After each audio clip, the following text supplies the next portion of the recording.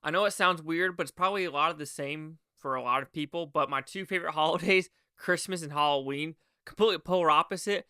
But with that, I'm a sucker for Christmas movies. Does the red one suck me in? Let's find out.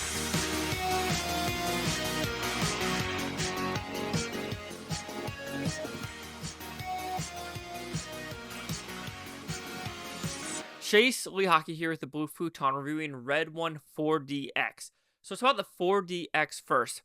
It's pretty good. I think I say it's more of a middle of a road 4DX experience where there's a lot of lulls where just when there's talking with Chris Evans and The Rock, not a lot is happening. But every time there's an action set piece in not Bermuda, but on the beach or at the North Pole or doing at the Krampus in Germany, you get some decent movement of the seats. Nothing janky or off the wall. Of course, you're going to get soap effects, aka snow effects. You're going to get some water effects. You're going to get a good amount of smoke effects as well. But I would say an overall 4DX experience, pretty middle of the road. Nothing, oh snap, like twisters, but nothing like, oh, this is not even moving at all. So if you want to spend the extra money, you can, but it's not like a top tier 4DX experience. So what's this movie about? Pretty simple premise. Santa Claus is taken. Who took him? And we got to figure out who can help or who to hinder because Chris Evans is the one that could find him. And he's a level 4 naughty lister. And we are going to see if he can kind of have a heart. Can his heart go into the Grinch world? Can he save Christmas? So, I like this film. I think it did its job. Through in and throughout. Yes, are there glaring flaws with this movie? Absolutely. But when you're going into a movie about Christmas, about do you believe anymore, it's not about just believing in Santa Claus. It's about believing in the human race. Because a core part of this movie, right, is everyone, or the naughty list, is just exponentially growing. 22% more, 22% more, 22% more, because people are just mean to each other now. They just don't care about each other. They only care about themselves. And even if for a helping hand, like, let me reach out olive branch, people would swap it away. Swap it away. I mean, look what happened with, after the election. You have all these people now telling, Latinos, I hope you get deported. All these black people that voted for Trump, I hope you're enslaved, and I hope you get your knee, cop puts a knee on your back. You're just like, time out. Where is all this negativity coming from?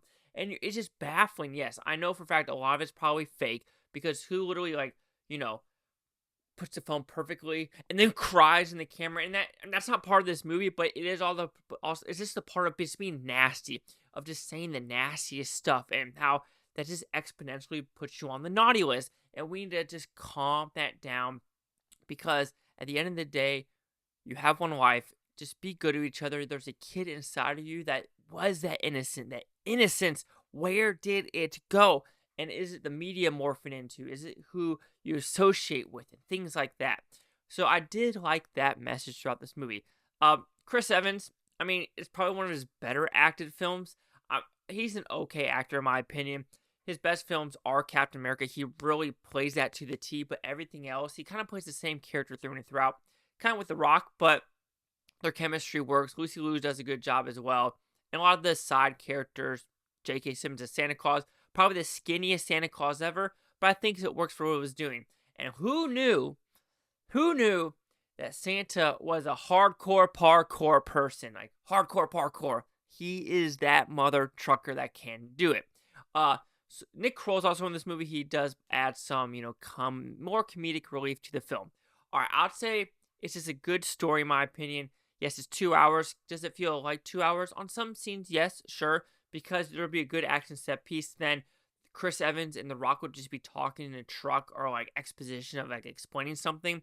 And it is good dialogue, but it does pause the movie for a second where you're like, okay, where's this going to go next? Because there's also a side story with Chris Evans is not really being a father at all, and him having a son. And it is a interesting plot point when you think about it, for what it was trying to say about who should be on the naughty list and how can someone get off the naughty list. So there's things like that.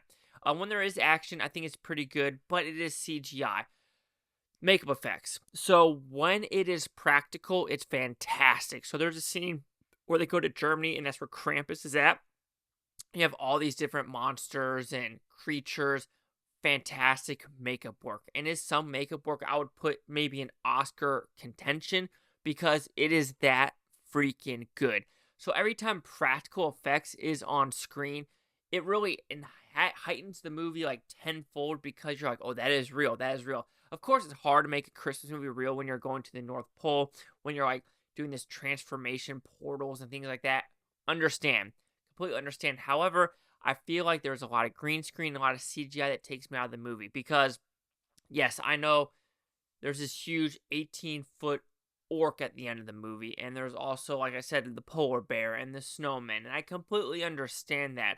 But when you're having like a lot of post-production done in this movie, I'm gonna understand why it needs to be done, but it also just takes me out of the movie to some just level of like believability of like, can we have more practical effects? Because like I said, when you have the practical effects of Krampus and those creatures, you're like, it can be done.